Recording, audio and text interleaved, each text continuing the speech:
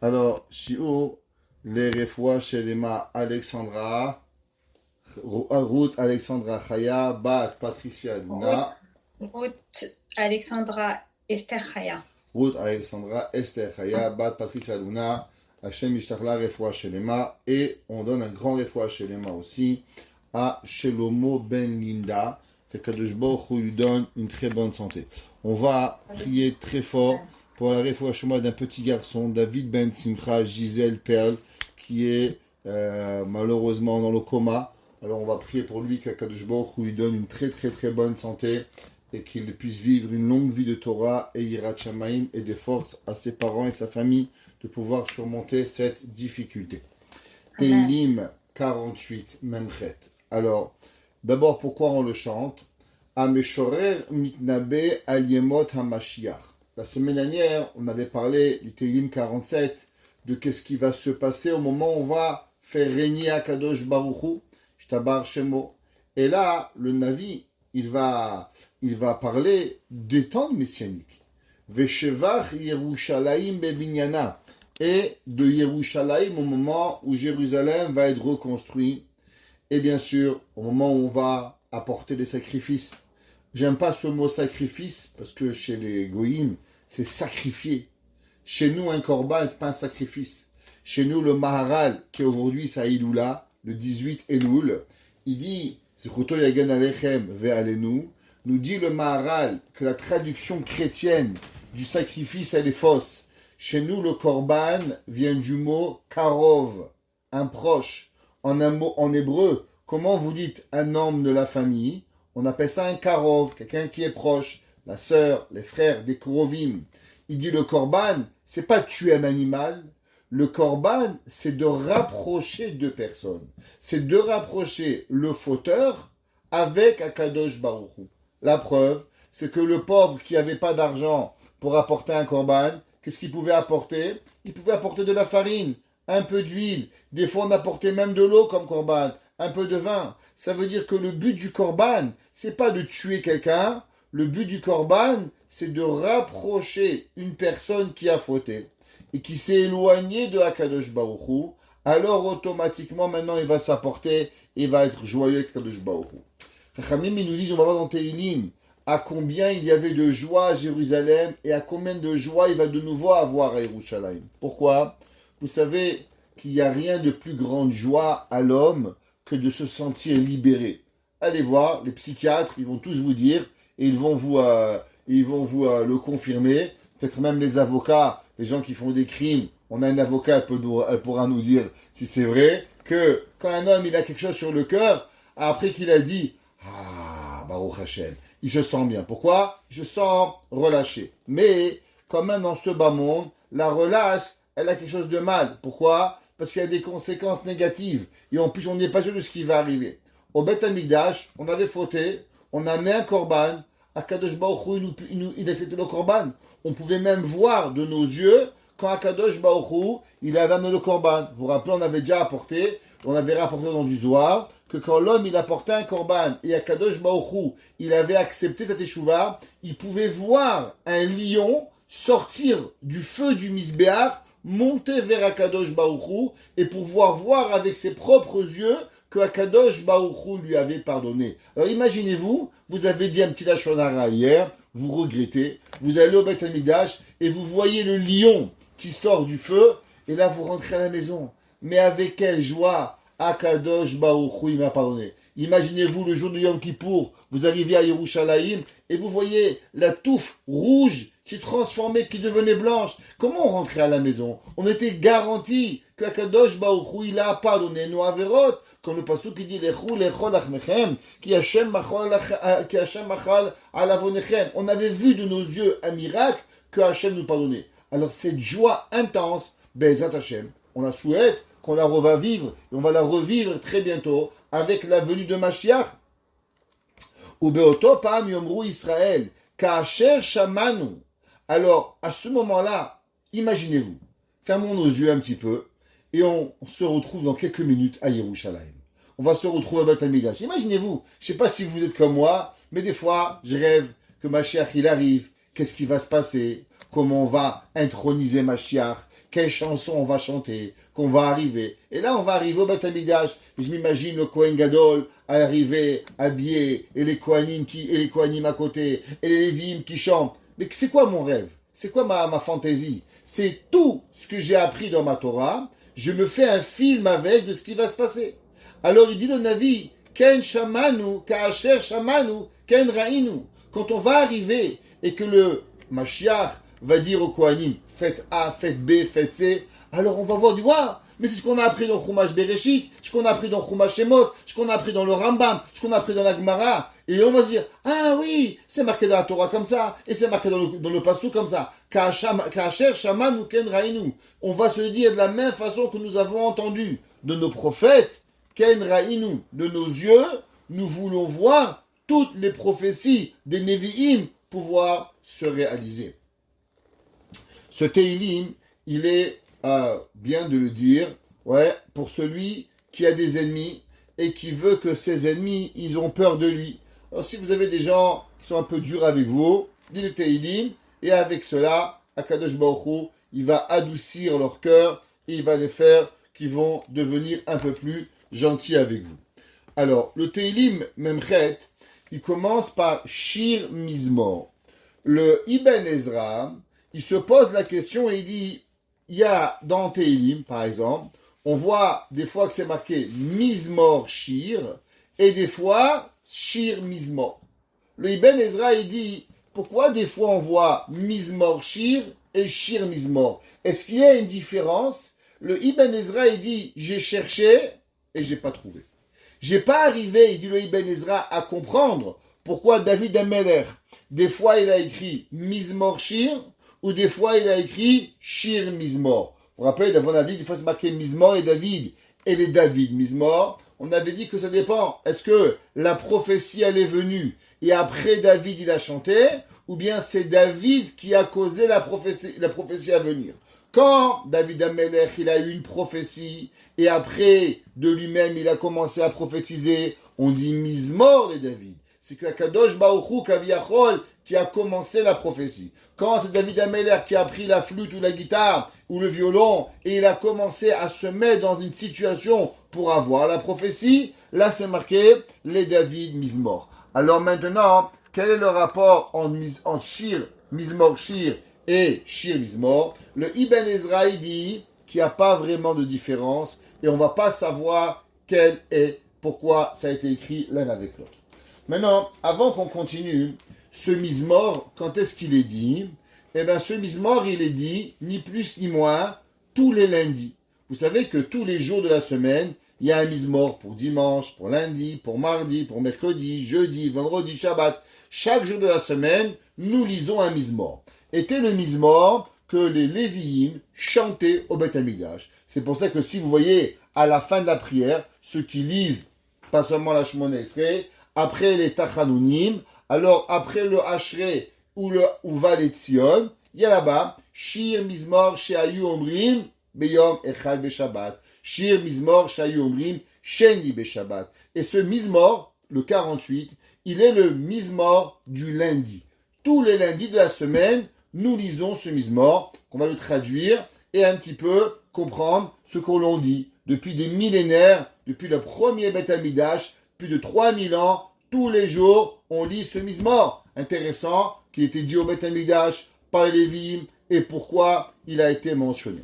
Il dit le Pasuk, Gadol Hashem, Akadosh Baruch Hu, il est grand, ou Mehulan Meod, et Dieu, il est très louangé, Be'ir Elohenu, dans la ville de Akadosh Baruch Hu, Har Kocho, la montagne saine. Rashi dit de quoi nous parlons. Rashi dit qu'on parle de Yerushalayim. Quand Akadosh Baruch Hu, il va construire Jérusalem, alors Hachem il va être louangé. La Gemara dans Masechet Rosh Hashanah, page 31, ainsi que la Gemara dans Masechet Tamid, page 33b. Elle dit pourquoi ce Tehillim, il est dit le lundi. Qu'est-ce qu'il a le lundi? Pourquoi pas mardi? Et pourquoi on a choisi que le lundi, on va choisir ce Tehillim? La Gemara dit comme ça. Rabbi Yehuda Omer Mishum Rabbi Akiba. La Gemara dit que Rabbi Yehuda, pas Rabbi Yehuda Anassi, l'autre Rabbi Yehuda, il y a eu 3 Rabbi Yehuda, Rabbi Yehuda ben Betera, il y avait Rabbi Yehuda Anassi, et la Gemara dit que Rabbi Yehuda Barilai. Alors, la Gemara dit que Rabbi Yehuda Omer, Mishum Rabbi Akiba. Au nom de Rabbi Akiba. Ashir Sheayu Aluevim Omrim Bamigdash Basheni. Qu'est-ce qu'il disait lundi? Il disait Gadol Hashem Umulal Meod. La Gemara dit qu'on dit ce verset. Be'ir Eloheinu HaKodsho. Pourquoi on disait ce Tehillim? Ha'osek Beshvach Yerushalayim u Bet Hamikdash. Qui parle de la louange de Yerushalayim et du temple. Hashem Bayom Hasheni Lebria. Il dit qu'est-ce qu'il y a? Pourquoi on lit ce pasouk-là? Il dit pour se rappeler le lundi. Que s'est-il passé le lundi de la création du monde? Le lundi de la création du monde, il s'est passé. Vous savez qu'il y a, le premier jour de la création, il y avait quoi? Bereshit bara Elohim, et hashamayim vet haaretz. Dieu avait créé un monde. Il n'y avait pas de haut, il n'y avait pas de bas, il n'y avait pas de gauche, il n'y avait pas de droite. Tout était mélangé. Et Akadosh Baruch Hu, il était unique. Akadosh Baruch Hu était tout seul. Il n'y avait pas d'ange. C'est pour ça que dans la Torah, comment est appelé le premier jour? Le premier jour, il n'est pas appelé Rishon, le premier, parce que le premier, ça veut dire qu'il y a déjà un deuxième. Mais comme le premier jour de la création, il n'y avait jamais eu même un calcul avant, donc le premier jour ne pouvait pas s'appeler le jour premier. Comment il s'appelle le premier de la création? Il s'appelle le jour 1. Dans la Torah, on va voir, il s'appelle Vayi Erev, Vayi Boker, Yom Echad. Pas marqué Yom Rishon. C'est pour ça que vous verrez le Chida. Le Chida, il dit que les Ashkenazim, avec le respect qu'on leur doit, ils font une erreur. Dans le Sidur Ashkenaz, c'est marqué Hayom Yom Rishon Beshabbat Kodesh Ashir Shayu Omrim Aladuchan. Pareil qu'il y a dans le, si je ne me trompe pas, le Patach Eliyahu, il y a cette erreur aussi. Et il dit qu'en vérité, il faut dire Hayom Yom Echad Beshabbat Kodesh Shir Shayu Omrim Aladuchan. Il dit pourquoi le Chida? Il dit parce que le premier Yom Rishon n'existe pas. Il n'a pas été écrit dans la Torah. Il est écrit seulement Yom Echad. À cause que Akadosh Baruch Hu était unique dans le monde. Boré Olam était tout seul dans le monde. Donc, du fait que Dieu était tout seul et qu'il n'y avait pas de premier et de deuxième, donc on va enseigner que quoi? Yom Echad et pas Yom Sheni. Le deuxième jour de la création, qu'est-ce qui va se passer? Il va se passer que Hachem, il va séparer le haut du bas. Qu'est-ce que ça veut dire qu'il va séparer le haut du bas? C'est pas juste comme ça, il a pris le haut, il a pris le bas. Ça veut dire que maintenant, il va y avoir des êtres meilleurs que d'autres. Il va y avoir des anges qui vont avoir une kdusha supérieure et il va y avoir des crapauds qui vont être tout petits. Avant le deuxième jour, il n'y avait pas de différence. Akadosh Baruch Hu était égal dans sa sainteté en haut qu'en bas, que à droite, que à gauche. Boré Olam, sa sainteté était égale dans toute la bria d'Akadosh Baruch Hu. Donc le deuxième jour de la bria, déjà la séparation elle était venue. Vous savez que c'est marqué dans la Gemara que dans le deuxième jour de la création, il n'est pas écrit le mot Tov. Pourquoi il n'est pas écrit le mot Tov le deuxième jour de la bria? À cause que du fait que Akadosh Baruch Hu il a séparé les mondes supérieurs des mondes inférieurs. Alors il se fait qu'il y a déjà eu quelque part une marloquette, une séparation à travers la bria. La création du monde, elle s'est bagarrée. Pourquoi moi je suis en bas et lui il est en bas, en haut? Pourquoi moi je suis en bas et lui en haut? Donc déjà il y a eu quelque part une séparation. Maintenant vous devez savoir, Rabbi Nachman de Breslev il écrit en long et en large et il explique ce concept. On va expliquer un peu plus. Qu'est-ce que ça veut dire la séparation des mondes? Dans le ciel, il n'y a pas d'Yetzerara. La preuve, d'où je sais qu'il n'y a pas d'Yetzerara, Moshe Rabbeinu, quand il est monté au ciel, les anges ils lui ont dit à Kadosh Baruch Hu, Tena hodecha ala shamayim, donne la Torah au ciel. Qu'est-ce qu'il leur a dit Moshe Rabbeinu aux anges? Est-ce que vous avez un Yetzerara? On dit non, il n'y a pas de Torah. Donc dans le ciel, il n'y a pas. Je vous pose une question. Pourquoi il n'y a pas de Yetzerara dans le ciel? Parce qu'Hachem, il ne laisse pas travailler. Alors, il y a une discussion. On a déjà parlé de ça souvent, mais on va répéter. D'après certains, que dans le ciel, l'ange, il est un robot. L'ange, il est un robot à faire ce qu'on veut. Donc, il ne peut pas avoir un Yetzer Hara. Il y a les Tosfot, sont pas de cet avis. Et les Tosfot, ils disent, quelle est la raison pourquoi il n'y a pas de Yetzer Hara dans le monde supérieur? C'est qu'à cause que dans les mondes supérieurs, on pourra voir Akadosh Baruch Hu.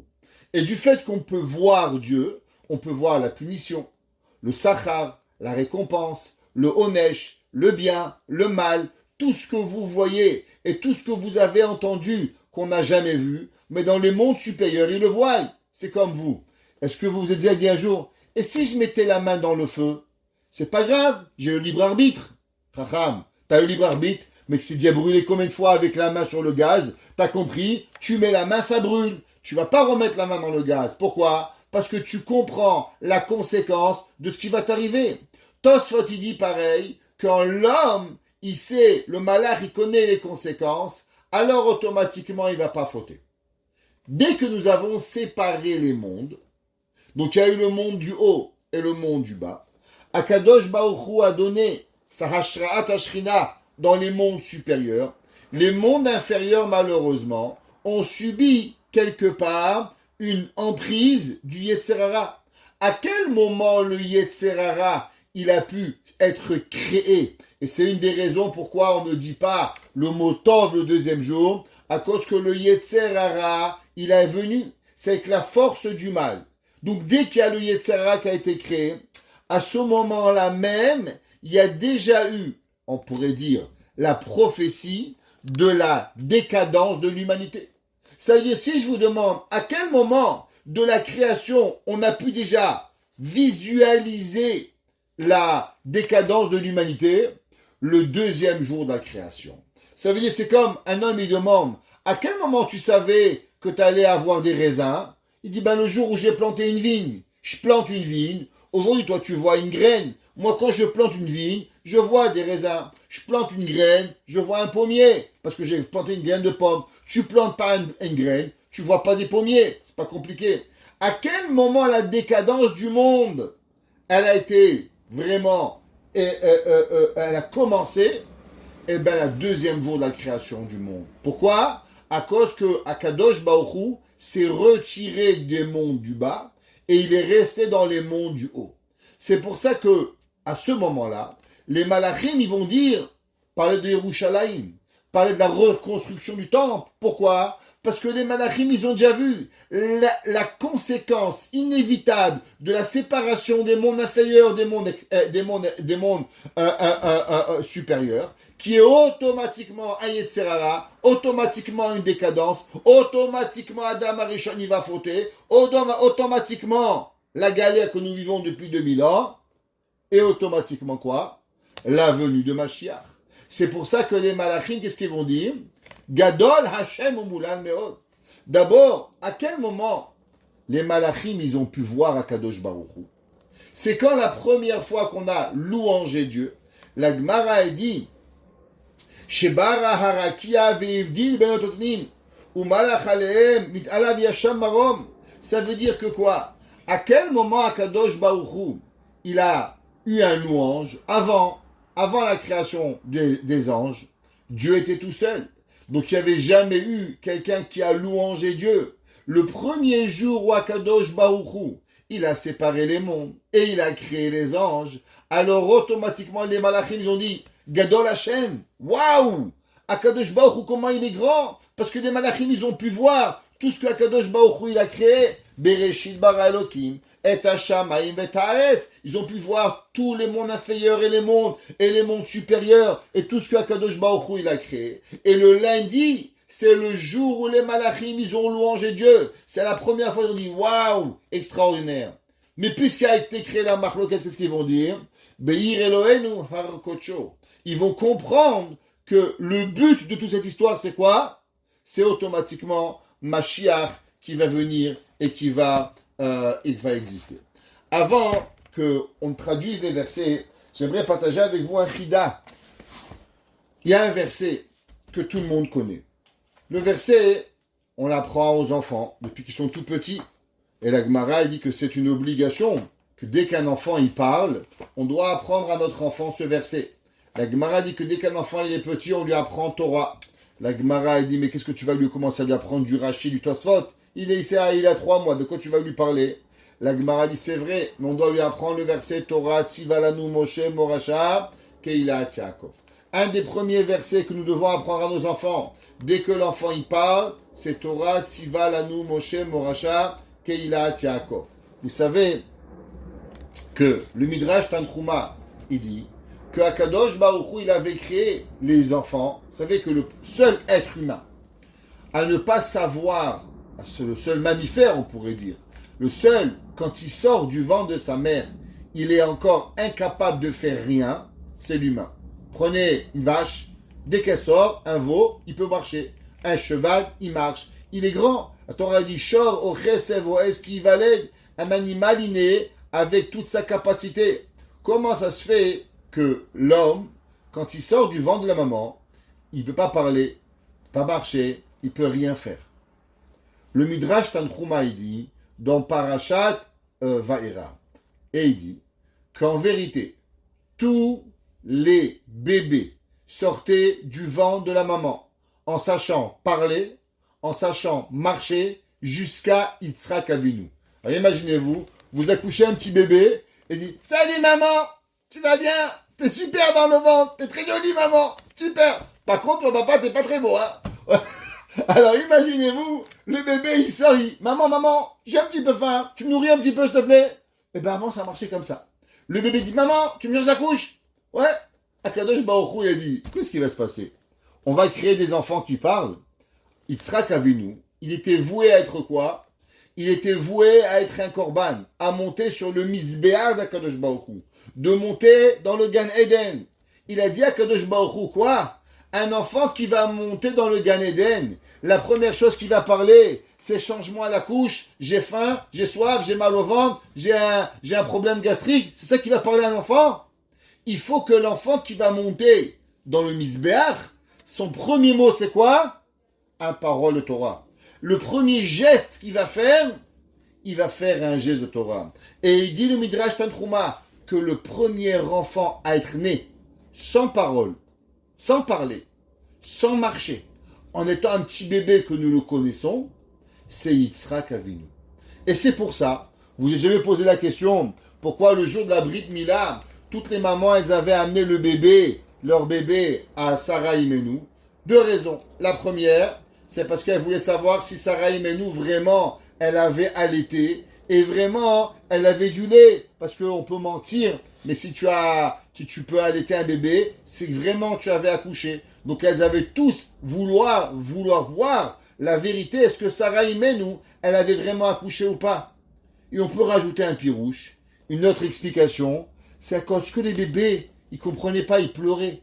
Les mamans n'avaient pas d'idée de ce que ça voulait dire un bébé qui pleure. Parce que jusqu'à Yitzhak Avinu, tous les bébés parlaient. Donc un bébé qui pleure, elle ne connaissait pas. Maman j'ai faim, maman j'ai soif, maman j'ai froid, maman j'ai chaud. Mais un bébé qui est né, un golem et qui comprend rien, les premiers étaient Yitzhak Avinu. Donc quand ils ont vu que Sarah Imenu, elle avait un enfant qui avait été capable, elle savait s'en occuper, ils disent Madame, viens t'occuper du bébé, dis-nous quoi faire. Première cours d'éducation, Sarah Imenu, à l'âge de 8 jours, elle leur a appris. La Torah nous dit pourquoi? Pour qu'on lui apprend ce verset Torah Tziva Lanu Moshe Morasha Keilat Yaakov. Maintenant, vous savez qu'il y a une grande question qui est demandée.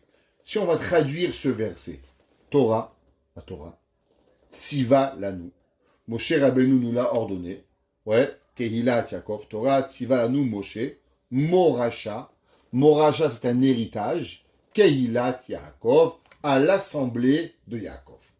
La Gemara dit, que veut dire Morasha comme héritage? La Gemara dit, Atikre Morasha, et là, Meorasa, que la Torah, elle n'est pas ta femme, la Torah, elle est ta fiancée. Baruch Hashem, on est tous mariés, et ceux qui sont en voie, alors on leur souhaite, Bret Hashem, des bons mariages, des bons khatanim et des bonnes calottes pour chacun. Mais il en reste qu'il y a une question. Le fiançailles est seulement un passage dans la vie de quelqu'un.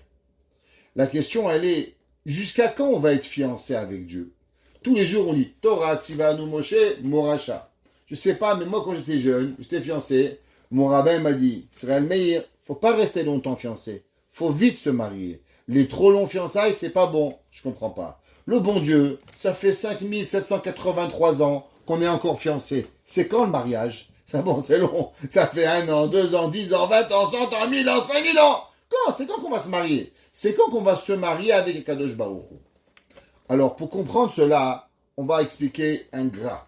Le Gaon de Vilna dit, Béhémet, pourquoi la Torah, elle est seulement notre fiancée et elle n'est pas notre mariée. Je vous ai déjà expliqué cette histoire avec le Rav Shlomo Zalman Auerbach. Le Rav Shlomo Zalman Auerbach, il avait dit qu'il avait vécu 50 ans avec sa femme d'union et il n'avait jamais touché, il n'avait jamais vexé. Et on lui avait demandé, Rabbi, comment on arrive à vivre 50 ans de vie commune sans blesser l'autre? Et le Rav, il avait dit, parce que vous pensez que vous êtes marié. Le mariage amène à l'abus.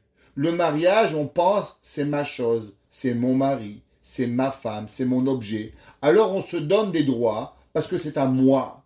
Alors automatiquement, on se permet de mal se parler, on se permet de mal se comporter. Mais si, en vérité, on se comprend et on n'imagine pas qu'on est marié, on pense toujours qu'on est fiancé, alors automatiquement, un fiancé, il ne fait pas du mal à sa kala. Moi, quand il y a une kala qui est fiancée, elle me dit, Rabbi, j'ai des problèmes avec mon khatan, je lui dis cassé. Elle m'a dit, pourquoi? Il n'y a pas de shalom bayit avec les fiancés et la fiancée. Les fiançailles, c'est le moment le plus beau du monde. Tu as un problème, shalom bayit change. Il n'y a pas. Ça doit être le plus beau. Si tu as un problème quand tu es fiancé, ya Willy, qu'est-ce que tu vas recevoir quand tu vas être marié? S'il te crie quand tu es fiancé, tu vas prendre 2 claques quand tu es marié. Si ta femme, elle te fait un petit problème comme ça quand tu es fiancé, il y a une histoire que tu vas recevoir quand tu vas être marié. Il n'y a pas de shalom bayit dans le fiancé. Ça n'existe pas. Ok? Faut savoir. Torah, Tzivan. Il dit le gras. Le fiançailles, c'est un moment incroyable. Pourquoi? Parce que quand on est fiancé, on a peur de l'autre. Et si l'autre, il nous fait le moindre problème, alors on part. Alors du fait qu'on a peur que l'autre, il part, alors automatiquement, on se comporte bien. Hachem, il dit à l'homme, attention mesdames et messieurs, je ne suis pas votre femme, vous vous comportez bien, je reste. Vous vous comportez mal, je me sauve. Akadosh Baruch Hu, il nous dit que, attention, on ne peut pas croire pour une seconde que la Torah nous a induit. Hachem te doit rien. Tu te comportes bien, inématov. Tu te comportes mal, à toi de choisir de prendre des claques. Alors nous qu'on supporte, on souhaite à personne des claques et que tout le monde il a des berachot pour recevoir. Pourquoi?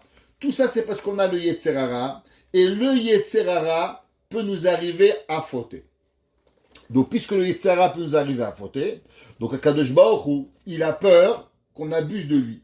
Donc puisqu'il a peur qu'on abuse de lui, donc il reste notre fiancé et pas notre femme.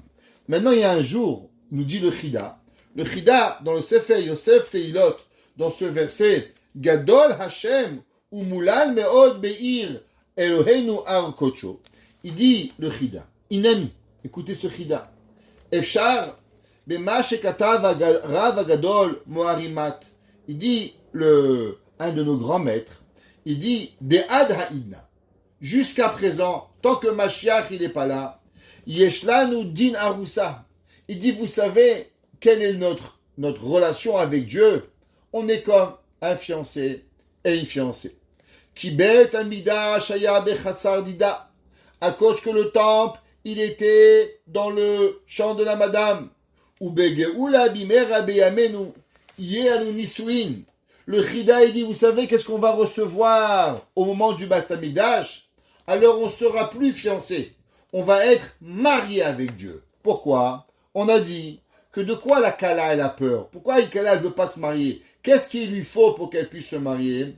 Il faut qu'elle ait la confiance en son Khatan, que le Khatan, il ne va pas abuser d'elle.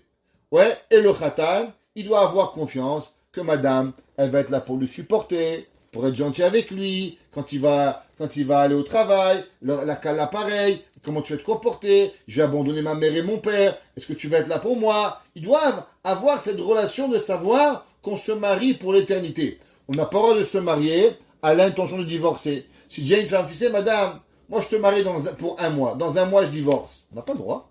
Même si madame elle veut, et même si monsieur il veut. personne n'a le droit de se marier pour divorcer. Plus que ça, il y a toujours un risque de divorce, mais on essaye qu'il reste à 1 milliardième de pourcent, et il faut qu'il y ait plus de chances de rester ensemble que de divorcer. Akadosh Baruch Hu, pour se marier avec nous, il lui faut 0 chance de divorce. Et comment Akadosh Baruch Hu, il va s'assurer qu'il n'y a pas de divorce? Eh bien, le jour où Mashiach il va venir, le jour où Mashiach il va arriver du Lechidan, alors puisqu'il n'y aura plus de Yetzer Hara, ou bien le Yetzer Hara sera noyé pour pouvoir être dans le bon, puisqu'il va être noyé, alors automatiquement, il va pouvoir se marier. Vous savez, c'est marqué dans le Ben Ishraï. Le Ben Ishraï, il dit à propos de la mitzvah de Milchemet Amalek. Milchemet Amalek, cette semaine, Parashat Kitetse, la semaine dernière, nous avons lu, la Torah dit Zachor et Asher asa lecha Amalek baderech. Ouais, rappelle-toi ce que tu as fait. La Torah dit Mitachat Hashamaim lo tishkach. Rappelle-toi que ce qu'il a fait, on ne pardonne pas à Amalek, Mitachat Hashamaim, sous le ciel, lo, non, tishkach, tu n'oublieras pas. Vous savez que le mot dans la Torah, il y a un principe que les lettres, elles ne valent pas seulement dire les lettres que vous voyez. Il y a ce qu'on appelle les lettres avant et les lettres après. Ça veut dire que souvent, dans la Torah, par exemple, prenez votre mezouza.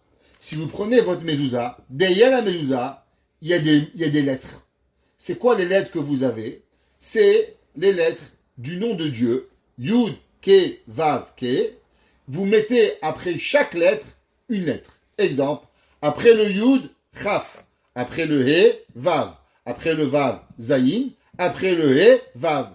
Alors la lettre Chaf, Vav, Zayin, Vav, c'est un nom de Dieu. C'est ce qu'on appelle le nom de Dieu après le nom de Dieu. Il y a Yud, Ke, Vav, Ke.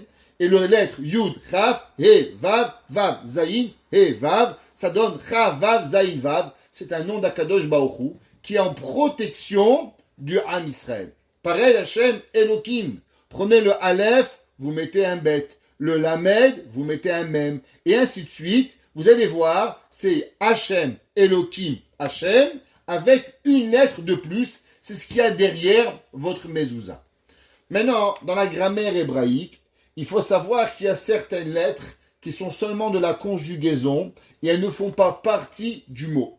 Par exemple, Yadaim. C'est quoi le shoresh? Yad. Yadai. C'est Yadaim. Le même, il ne fait pas partie. Pareil, si je dis Shamaim. C'est quoi Shamaim? Shamaim, c'est les cieux. En vérité, si je veux dire les cieux, il y a deux façons. Il y a Shemé et il y a Shamaim. Shemé, en soi-même, il est les cieux au pluriel. Et en conjugaison, on met le même. Mais le même de Shamaim ne fait pas partie du mot. Il fait seulement partie de quoi? Seulement de la conjugaison du mot. Maintenant, si je vous demande de jouer un petit jeu avec moi, vous allez prendre un stylo et vous allez écrire. Si vous allez prendre le mot Shemé, Shin, Mem, Yud, et on va jouer un peu. Et on va rajouter une lettre derrière chaque lettre. Exemple, si on met le Shin, après le Shin, qu'est-ce qu'on a? C'est quoi la lettre après qui vient? Taf, Chazak Madame Koryat. Taf, alors on a Shin, Taf, Shin, Sin, bon c'est la même lettre. Après on a Taf, on met Taf à côté. Très bien. Après le même, c'est quoi la lettre? Alors, on travaille dur aujourd'hui. Même, Nun, Chazak, Chazak, Taf, Nun. Très bien. Après le Yud, c'est quoi la lettre qui vient après le Yud? Vous êtes fatigué ce soir. Ok, Chaf. Ok? Donc on a maintenant Taf, Nun, Chaf. Donc si je vous dis Tachat Hashamaim, sous le Shamaim, si on enlève le même qui est la conjugaison, qu'est-ce que nous avons quoi? Nous avons trois lettres. Taf, Nun, Kaf. Ça fait Tanakh. Ah, pas mal. Il dit, comment on combat le Yetzer Hara? Il dit, le Baal Shem Tov, tu veux être capable de combattre le Yetzer Hara? Eh bien, le Yetzer Hara, Tachat Hashamaim, il pourra être combattu seulement à travers une seule chose. Quand tu vas voir ce qui est sous le ciel, qu'est-ce qui est Tachat Hashamaim? Qu'est-ce qu'il y a dessous? Eh bien, dessous, il va y avoir Timche et Zecher Amalek, efface le souvenir de Amalek. Comment tu vas effacer le souvenir de Amalek? Eh bien, quand tu vas faire ce qui est sous le ciel. C'est quoi le sous Shamaïm? Eh bien, c'est Torah, Nevi'im, Ketuvim. Grâce à travers l'étude de la Torah, alors automatiquement, tu vas recevoir et tu vas arriver à combattre Amalek. Maintenant, vous savez que le nom du Yetzer Hara, il a un nom. Yetzer Hara, c'est un mauvais penchant, mais ce n'est pas son nom. Le nom du Yetzer Hara, il ne s'appelle pas Yetzer Hara. Son nom, il est connu sous un nom qu'on appelle Samer Mem.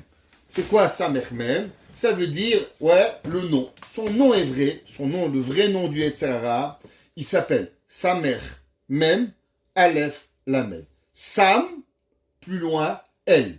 On a parlé souvent le danger de se faire appeler Sam. Pourquoi? Parce que Sam, c'est le nom du Yetzer Hara. Maintenant, vous savez que dans chaque chose, il n'existe pas le mal absolu. Le mal absolu ne peut pas exister. Parce que si c'est que du mal, il n'y a pas Dieu. Donc s'il n'y a pas Dieu, alors il ne peut pas exister. Dans tout, il doit y avoir automatiquement quoi? Quelque chose de positif. C'est pour ça que même le Sitra Achra, même le mal, même le Yetzer Hara, dans lui, qu'est-ce qu'il a? Il a une petite partie de bon de Dieu. C'est pour ça, comment il s'appelle? Sam El. Pourquoi les noms de Dieu? Parce que même dans le mal absolu, qu'est-ce qu'il y a? Il y a le nom d'Akadosh Baruch Hu. À la fin des temps, vous connaissez tous le chant de Chad Gadia. Qu'est-ce qu'il dit Akadosh Baruch Hu dans le Chad Gadia? La dernière chose.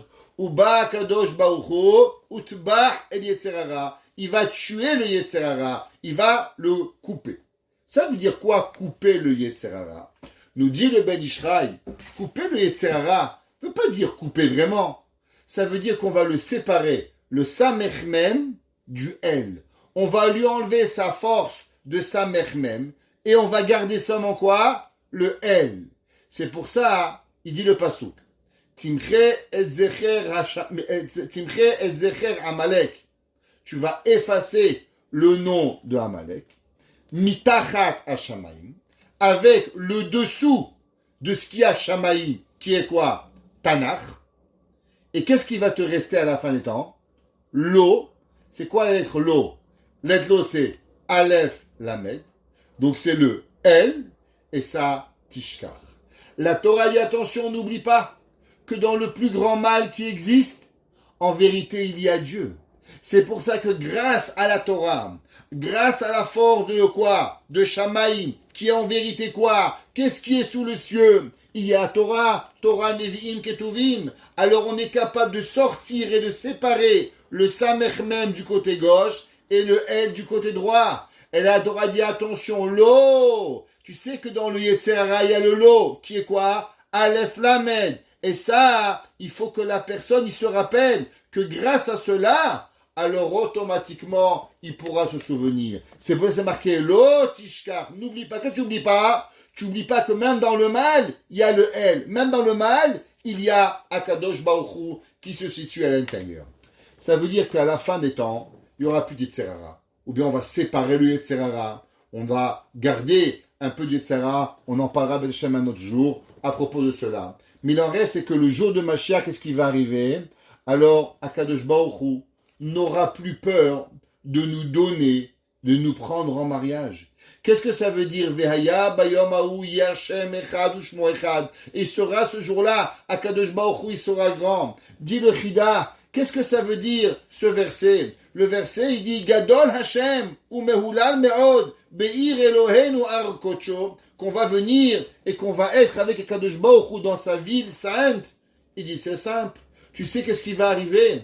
Jusqu'à présent, Yerushalayim, elle n'est pas vraiment à nous. On n'est pas en union. On est seulement fiancés. C'est comme un khatan qui invite sa kala à la maison pour voir son père, voir sa mère. Mais c'est pas sa maison. C'est quoi? C'est la maison où il a grandi, si tu veux. Mais c'est pas sa vraie maison. Quand il va se marier, il fait une maison. Baruch Hashem, il crée une nouvelle maison. Il crée une nouvelle entité. Pareil pour l'instant. On est là. On ne sait pas où on est. Un peu Canada, un peu Amérique, un peu Israël, un peu Maroc, beaucoup Tunis, un peu Tunis, un petit peu chacun avec qu'est-ce qu'il a envie d'avoir, mais on n'est pas chez nous.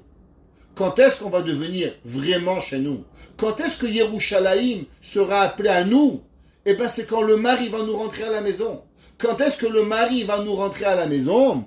Le mari va nous rentrer quand on va se marier.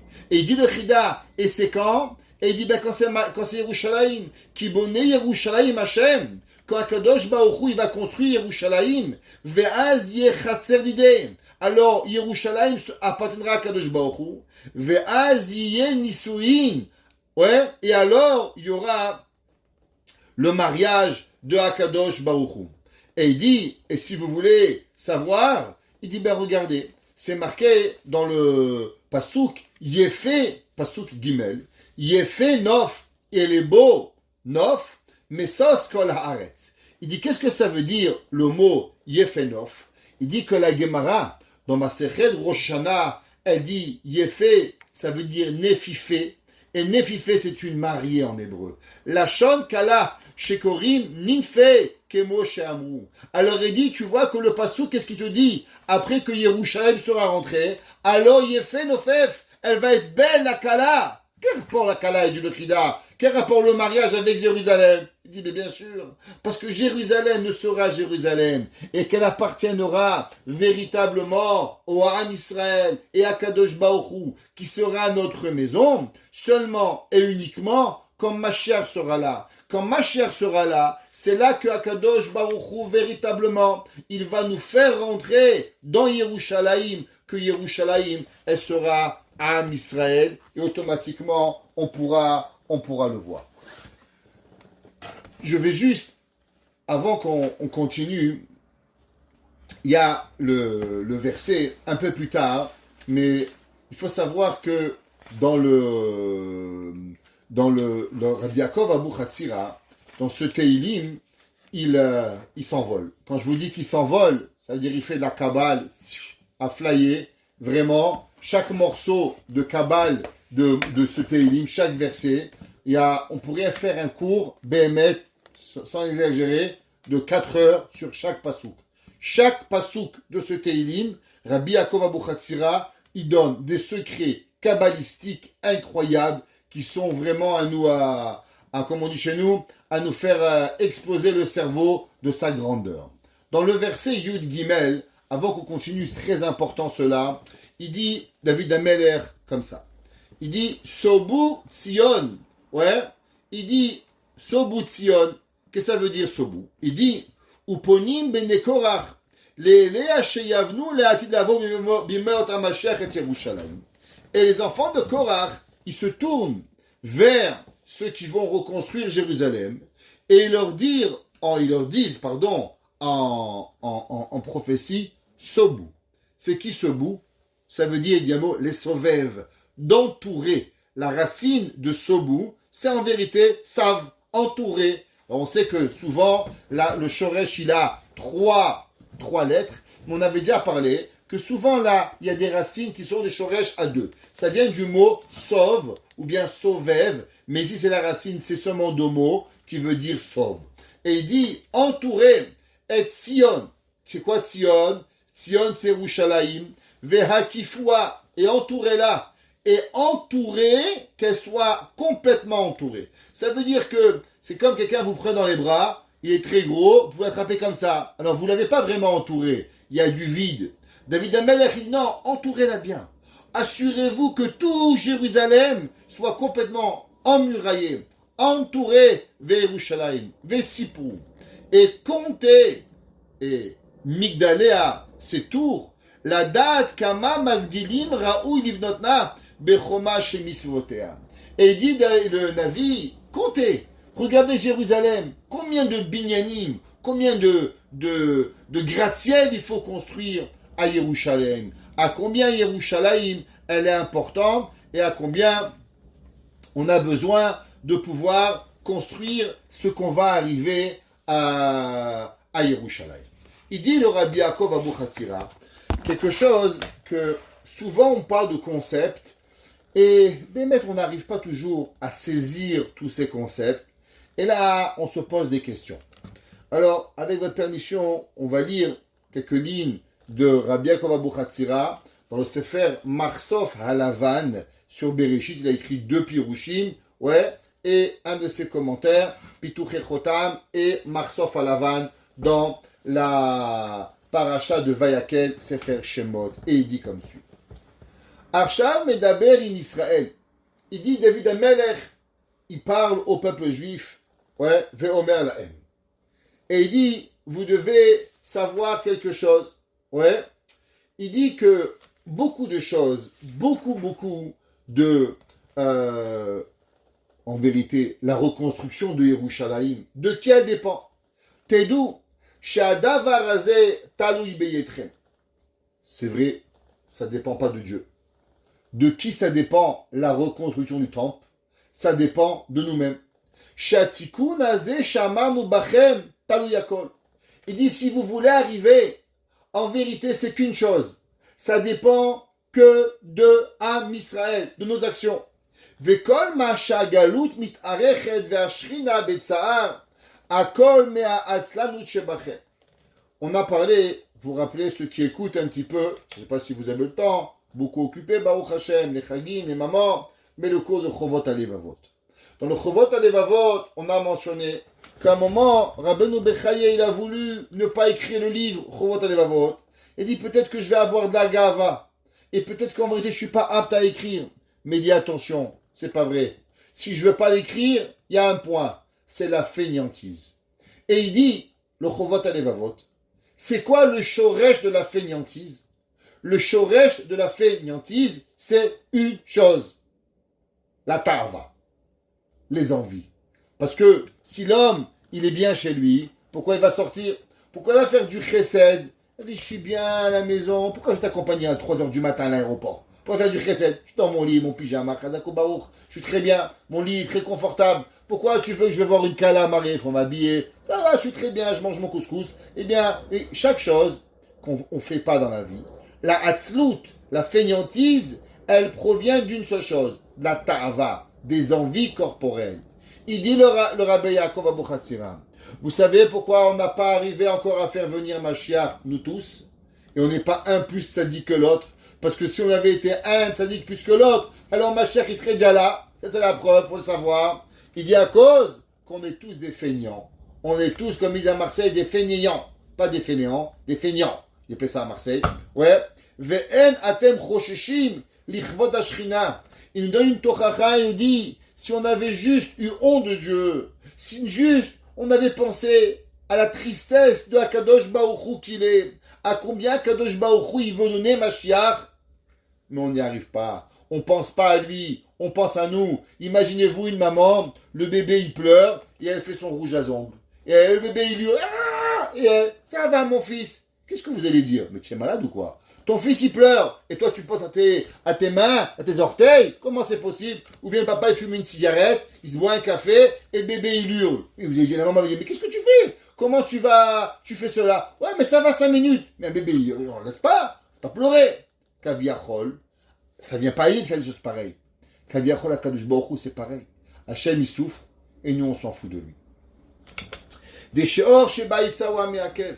Le Yetzer Hara, c'est lui qui nous empêche. Ve'im tishmeu bekoli aflu yom echad. Le verset, il dit qu'en vérité, si on avait fait la parole de Dieu, tout de suite Mashiach serait arrivé. Quand le verset dit Hayom im bekolo tishmeu. David, le Mashiach, il a dit, la Gemara, il dit qu'il a rencontré le Mashiach. Il dit quand est-ce que tu viens? Il a dit aujourd'hui. Le lendemain, il est venu Rabbi Yoshua ben Levi. Il dit mais tu n'es pas venu. Il dit parce que vous n'avez pas fait les mitzvot. Si vous avez fait les mitzvot, je serais déjà ici. Et ça qui ne passe que Sobu Tzion va Kifwa. Ça y est quoi? Entourer Tzion. Dainu, Atem Bene Israël. Ishtadlu Aede Masim Tovim. Faites tout ce que vous avez à faire pour pouvoir entourer Yerushalayim, entourer le royaume d'Akadosh Baruch Hu. Pourquoi? Comme j'ai expliqué, quand tu entoures quelqu'un, il y a de l'espace. Quand il y a de l'espace, tu n'arrives pas. Tu prends un grand seau, tu as un petit trou, tu remplis le seau, tu arrives à la maison, tu n'auras plus rien. Mais il y avait un tout petit trou. Le petit trou va finir. Il dit le verset Sobu Tzion va Kifwa. Fermez le cercle. Assurez-vous que toutes les parties du Ham Israël ils sont ensemble pour pouvoir arriver à ce que Mashiach il vienne. On revient au verset de Ka'asher Shamanu Ken Ra'inu. Le verset plus haut, David Amelech, il écrit et il dit, qu'est-ce que ça veut dire Ka'asher Shamanu Ken Ra'inu. Alors on a dit que tout ce qu'on a entendu dans Pasuk Tet, David Amelech, il dit, tout ce qu'on vous a raconté quand les korbanot ils vont venir, quand Mashiach va arriver, on va dire, tiens, c'est vrai, qu'est-ce que Hachem il avait dit, ça va arriver. Il dit Rabbi Yaakov Abu Chatzira, quelque chose d'incroyable. Il dit, vous savez, mesdames et messieurs, il y a une chose. Si vous aujourd'hui et moi, tous les juifs, nous sommes ici avec nos livres de Torah, on a une kippa, on a un foulard, on a Shabbat, on a un petit peu peur de Rosh Hashanah, allez, pas beaucoup, un petit peu, tout petit peu, et on est dans notre vie de tous les jours, il y a une seule et unique chose, je vais vous dire. Il n'y a pas 50 raisons pourquoi on est encore là. On est encore là par le mérite de nos parents qui avaient une chose, Emouna. S'il n'y avait pas de Emouna, on ne serait pas là. Oubliez. Maintenant, c'est quoi la Emouna? C'est quoi le principe de Emouna? Il y a un principe de Emouna que beaucoup de gens, ils n'arrivent pas à comprendre. Par exemple, quand on parle aux gens qu'il y a des mondes supérieurs, qu'il y a des sphirotes, qu'il y a des sphères, il y a Chesed, Gvura, Tiferet, Netzach, Od, Yesod, Malchut, il y a une relation Kaviachol entre Akadosh Baruch Hu et les sphirotes qui se mélangent. Qu'est-ce que ça veut dire? Il y a Yaakov, il y a Rachel, il y a des partsoufim, il y a des visages. Tout ce concept kabbalistique qui sont pour nous tellement loin. Et quelque part, on se demande, est-ce que tout cela est vrai? Est-ce que moi, je vois pas tout ça? Moi, je vois ma tchouk-tchouka, moi, je vois ma pizza, moi, je mange mon sushi, et Khalasu Baruch. Ouais, qu'est-ce que c'est tout cela? Il dit le Rabbi Yaakov Abu Chatzira, Kan Baloma, de tzarich likvoa ha'adam beda'ato be'emuna, shelema divrei ha'kabbalah she'em emet gamur. Il dit, quand vous entendez parler de Kabbale, quand vous entendez parler de sphirotes, de sphères, pour vous c'est abstrait. Ah, c'est pas vraiment vrai, je les ai pas vus. Haz v'shalom. L'homme, il doit penser que ça c'est la vérité. C'est une vérité absolue. Kemo sheroe adavar be'enav belishum safek v'shibush. C'est marqué, on a rapporté souvent au nom du Sefer HaChinuch. Le Sefer HaChinuch, il dit, qu'est-ce que ça veut dire croire? Croire, c'est pas la Emouna, c'est pas juste croire. C'est quoi la Emouna? La Emouna, c'est d'arriver à une notion que tu as vue. Exemple, là, vous me voyez, je suis ici, je bouge la main droite, je bouge la main gauche, vous voyez, ma sifria, elle est là. Imaginez-vous, demain matin, un gars vous dit, non, Rabbin Krimizi, il est en Chine. Je ne sais pas, il n'est pas en Chine. Il est tous les semaines, la même bibliothèque, la même là, il est là. Tu dis, ouais, mais c'est pas vrai, je l'ai vu. On peut pas. Aujourd'hui, j'ai vu certaines personnes au cours, je les vois. Je me dis, non, tu sais, elle était hier soir au match de hockey. Elle était pas au match de hockey, elle était au chiot. Je l'ai vu, elle est là. Tu dis, non, mais t'as pas vraiment vu. Tu peux pas voir. Où je t'ai vu, je t'ai pas vu. Il dit le Sefer HaChinuch, la Emouna, c'est pas des mots. La Emouna, c'est croire à un niveau que tu vois. Que tu vois devant tes yeux quelque chose de réel. Pareil. Tous les concepts kabbalistiques les plus grands, on doit savoir que pour nous, ils sont vrais. C'est quelque chose, pas qu'on nous a raconté. C'est quelque chose qui est émet et qu'on a vu avec nos yeux. Des mishesh lo shibush bedato bederech haemet yachik atzmo mimenu. Il dit si quelqu'un il n'arrive pas à supporter ces concepts, qu'il les étudie pas. Parce que si tu n'as pas la Emouna, non seulement ça ne te rapproche pas de Dieu, et bien pire, ça va t'éloigner de Hakadosh Baruch Hu. Alors, vous savez que c'est écrit qu'au Har Sinaï, il y avait deux genres de juifs. Parce que égalité, fraternité, liberté, égalité, fraternité, c'est pas vrai dans la Torah. On n'est pas tous égaux. Je suis désolé. J'aimerais bien vous le dire qu'on est, mais c'est pas vrai. Il y a des juifs, et il y avait le Erev Rav. Le Erev Rav, il n'a pas eu comme nous. On mettait les deux ensemble à Matan Torah. Vous vous rappelez qu'on avait fait le cours à Shavuot. Et on avait ceux qui étaient en bas de la montagne. Et on avait ceux qui avaient été loin de la montagne. Quelle différence il y a eu entre ceux qui étaient en bas de la montagne et ceux qui étaient loin de la montagne? À combien ils ont perçu Hachem? Ceux qui étaient en bas de la montagne, nous, Béné Avraham, Yitzhak et Yaakov, on a perçu la Torah à tous ces niveaux. Pshat, Drash, Remez, Sod, Pardes, tous les niveaux. Le Erev Rav, il a seulement perçu dans le Pshat. Il dit celui que quand on entend de Emouna, on entend parler de Kabbal, ça ne le rapproche pas d'Hachem, eh bien sache que sa Neshama, dans le Sinaï, elle n'a pas reçu cette Torah. Lui, il appartient au Erev Rav là-bas. Il n'appartient pas aux vrais juifs. Alors il ne peut pas comprendre. Il faut que s'en éloigne. Omna mishinishmato kibla derech haemet. Celui que son âme, elle a reçu, cela, bevadai davar pashut sheumamin be'emuna shelema. Il dit, sache que la Torah, les choses les plus compliquées, qui t'ont l'air des fois un peu difficiles à comprendre, mais toi, tu dois pouvoir les voir, et quand tu les entends, tu les visionnes. Comment tu arrives à entendre quelque chose, alors tu arrives à le visionner? C'est comme la Emouna. Le verset dit, Kacher Shamanu. Quand on entend, Ken Rainu, on le voit. Nous, on n'a pas de problème de voir ce qu'on entend, parce que tout celui qui a la Emouna en Hachem, tout celui qui travaille sa Emouna au quotidien, alors il arrive facilement à visualiser Boré Olam. Il arrive à visualiser tout ce que Hachem fait de lui. Et qui sait ceux qui n'y arrivent pas? C'est ceux qui leur manquent la Emouna. David Amelech, il dit Kacher Shamanu. Quand tu entends Ken Rainu, tu dois être capable de voir. Pourquoi? Parce que tu as la Emouna. Tout l'homme, il doit vivre un certain niveau que toute sa vie, tout ce qu'il voit, tout ce qu'il entend de Torah, il devient une vision. On l'a répété souvent. Quand quelqu'un, il vous dit quelque chose de très puissant, il dit, ah, je vois. Qu'est-ce que tu vois? T'entends? Non. La profonde compréhension, elle nous amène à quoi? Elle nous amène à la Reya. C'est pour ça qu'il dit David Amelech, Ken Shamanu, Kacher Shamanu. Quand tu vas écouter la Torah, Ken Rainu, alors automatiquement tu la vois. Pourquoi tu la vois? Parce que la Emouna, et que ceux qui travaillent sa Emouna, alors tout ce qu'on va lui enseigner, maintenant il n'entend plus. C'est plus des mots. Ça a pris quoi? Ça a pris une vision.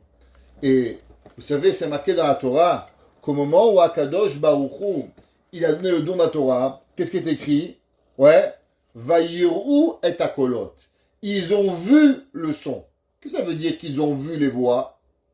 Ça veut dire que dans Mamad Sinaï, ceux qui avaient la Emouna, et tout le monde a eu la Emouna, Anochi Hashem Elokecha, il n'y avait plus de doute avec Hashem. Hashem était là clairement. Alors quand Hashem y parlait, on n'entendait pas. On voyait la réalité. C'est qu'à Hashem Shamanu, quand nous avons entendu Ken Rainu, alors automatiquement on est venu et on a pu voir Akadosh Baruch Hu. C'est quoi la gloire de Yerushalayim? Rabbi Nachman de Breslev dit, de la même façon qu'il y a un nez, des yeux, une bouche et des oreilles. Vous voyez, Al Capone, il avait aussi des yeux, un nez, une bouche. Al Capone, il avait des mains. Pourtant, qu'est-ce qu'il a fait avec ses yeux? Que des bêtises. Vous preniez le rabbi de Tosh, il avait des yeux. Mais quels yeux il avait? C'est pas des yeux, des lasers. Il avait des mains, c'est pas des mains, c'était des ailes. Il avait une bouche, pas une bouche, c'était un korban. Quand il mangeait, je sais pas si vous avez déjà vu la photo du rabbi de Tosh, quand il fait la bracha de Hamotzi Lechem Minaretz, vous pouvez plus manger du pain. Si un jour vous voulez, je vous envoie la photo, vous pouvez plus manger du pain. Vous pouvez plus, c'est fini. C'est pas, pourquoi? Parce que lui, quand il faisait la bracha de Hamotzi Lechem Minaretz, les malachim, ils s'envolent avec lui. Donc tu vois pas. Il dit Rabbi Nachman, tu conçois qu'il y a quelque chose que tu vois mais que tu ne perçois pas. Tu perçois un homme et c'est pas un homme. Pourtant c'est les mêmes, des yeux, des bouches, c'est différent. Pareil, Eretz Israël, tu crois que c'est une terre, tu crois qu'il y a des arbres, et tu crois qu'il y a des égouts, et tu crois qu'il y a des montagnes, et tu crois qu'il y a des voitures, mais ça n'a rien à voir. Eretz Israël, elle est un autre monde. Elle est quelque chose qui est totalement... Le Zohar, il dit à Kadosh Baruch Hu, il a envoyé un caillou sur la terre, et de ce caillou, il y a eu il a fait grandir ce caillou, et de ce caillou, il est descendu toute l'humanité. Et ce caillou, c'est quoi? C'est la prière triangulaire qui est dans la mosquée à Yerushalayim, qui s'appelle Even Shetia. Ça veut dire que Yerushalayim est la création d'Akadosh Baruch Hu. Il y a la création de Dieu et les dérivés de la création. L'humanité au complet, elle est un dérivé de la création. Yerushalayim, elle est le noyau de l'humanité. Alors, ce qui est le noyau de l'humanité, il n'est pas pareil. Alors, il y a une différence. Le Shevet HaLevi, il dit, vous comprenez qu'il y a une différence fondamentale entre Eretz Israël et Eretz Israël.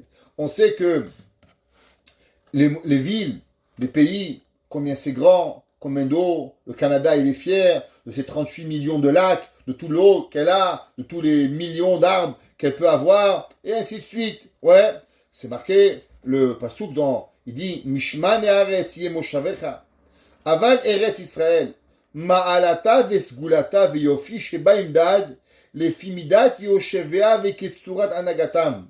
Il dit, l'Amérique c'est beau, que les gens sont bien ou mal, c'est beau, c'est grand. Tu vois, en Amérique, c'est magnifique, c'est grands espaces. Maintenant, il y a des tireurs à tous les coins de rue, ça on n'en parle pas, mais on parle de la beauté. Paris, c'est magnifique, c'est l'architecture. Ah, pourtant les gens ils sont bêtes à Paris, tout petit, rikiki. Ça, personne n'en parle, c'est pas grave. Parce que la terre de la France, elle est différente que l'Amérique. Elle a une différente façon de voir. Eretz Israël, elle ne se juge pas à travers ses terrains. Elle ne se juge pas à travers ses montagnes. À travers quoi? Elle se juge et elle n'existe qu'à travers les habitants qu'il y avait. Prenez une preuve fondamentale, noir sur blanc. Les Juifs ont quitté Israël pendant 1948 ans. Les Arabes, ils ne sont pas arrivés à faire pousser un champignon en Israël. C'est pas compliqué de faire un champignon. Les champignons de Paris, ils poussent dans les caves à Paris. Ça va, tu peux faire pousser un champignon en Israël. Rien. La dèche, ils poussent rien. Les Juifs, ils reviennent, ils nourrissent l'Europe. Mais qu'est-ce qui se passe? La même terre, elle était aride, désert, et pourtant, elle venait à manger et à boire. Comment tu expliques ça? La réponse, c'est qu'Israël ne se juge pas par rapport à ce qu'elle a, mais à travers les gens qui sont à l'intérieur. Plus il y a de Torah, plus la terre te donne. La Gemara dit comment elle s'appelle? Elle s'appelle Eretz Tzvi, une terre de cerf qui va s'élargir avec les habitants intérieurs. Vezeh miyuchad b'ma'alat ima amenu hakodesh. Shikar makom ashrat ashchina. Areu betoch libotam. Où est se trouve la sainteté? Dans nos cœurs. Plus nos cœurs, ils se comportent à Kadosh Baruch Hu. Le pasuk qui dit Echal Hashem ema. Il dit Yirmiyah, où se trouve la présence divine? Ouais, dans le cœur. Vaïdeze chalak dusha baretz. Vaïnu. Yefe nov mesos kolaretz. La beauté de Eretz Israël et la shrina de Kadosh Baruch Hu, elle vient de quoi? Kiryat Melech Rav. C'est quoi Kiryat Melech Rav? À l'appellation du grand roi. Ça veut dire que, tu sais c'est quoi la beauté d'Israël? La beauté, dit le Shevet HaLevi, tu vas la déterminer à travers le nombre de personnes qui vont appeler à Kadosh Baruch Hu. Plus il va y avoir de juifs qui vont dire qu'Hachem ou Elohim, et plus Israël deviendra belle. Plus il va y avoir de juifs qui vont faire Shabbat, et plus Israël sera abondante. Plus il va y avoir de Béné Israël qui vont faire Shmirat Hainaïm, et plus la terre sera splendide. Dis-le Pasouk, tu sais quoi, Yefenof, elle est bonne la terre, comment? Eh bien à travers Kiryat Melerav, que plus on est, et on appelle à Kadosh Baruch Hu, et plus on puisse voir sa splendeur. Que Kadosh Baruch Hu, il fasse qu'on soit zoché, que tous nos frères en Israël, et que tous nos parents, nos amis, nos enfants, nos cousins, tous ensemble, ils appellent à Kadosh Baruch Hu, et qu'on puisse voir de nos propres yeux, Yefenof Haaretz, la beauté de Yerushalayim, la beauté de Akadosh Baruch Hu, et qu'ensemble on vive la Geoula Shelema, Bimera Beyamenu. Amen.